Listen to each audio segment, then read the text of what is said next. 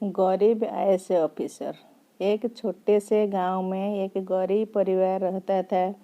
उनका एक बेटा था, उसका नाम राजीव है। वह अच्छा पढ़ रहा था, लेकिन गरीब परिवार से होने के कारण वो किताब खरीद कर पढ़ नहीं सकते थे।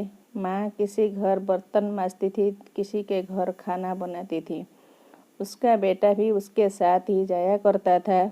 वहाँ बैठ बैठ वह अखबार पढ़ रहा करता था। एक दिन जब वह अखबार पढ़ रहा था तो एक औरत आकर बोले, अरे राजीव, अखबार पढ़ने तू कौन सा बड़ा अफसर बन जाएगा। जाकर अपनी माँ का हाथ बटा। नौकरानी का बेटा नौकर ही बनेगा। राजीव बोला, मालकिनी में बड़ा अफसर बनना चाहता हूँ। हम किताब नहीं खरीद सकते, इसलिए यह अखबार पढ़कर जानकारी प्राप्त कर रहा हूँ। मालकिनी जोर जोर से हंसने लग गई। यह देखकर माँ राजीव को लेकर घर चल गई। उस दिन राजीव ने वादा किया कि मैं आईएएस ऑफिसर बनूंगा। उसके बाद माँ ने शादियों में रोटी बनाने का काम शुरू कर दिया। वह सुबह उठकर रोटियां बनाती और राजीव भी सुबह उठकर अपनी माँ का हाथ बटाता था और फिर पढ़ने बैठ जाता था।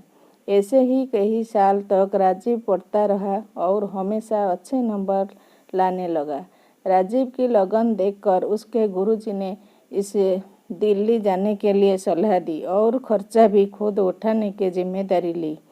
वह दिल्ली जाकर पढ़ाई करने लगा। वह अपने पूरे साल पढ़ाई खत्म होने पर परीक्षा देने के लिए निकलता है।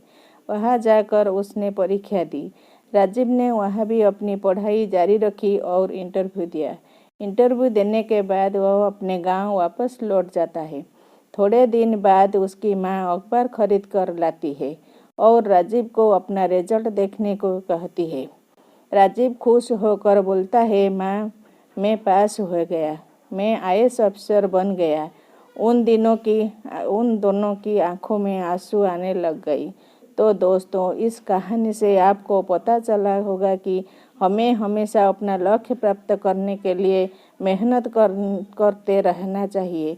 दुनिया चाहे हम पर हंसी उड़ाए, लेकिन हमें कभी हिम्मत नहीं हारनी होती है और हमेशा लक्ष्य पर ध्यान देकर जीत हासिल करनी होती है।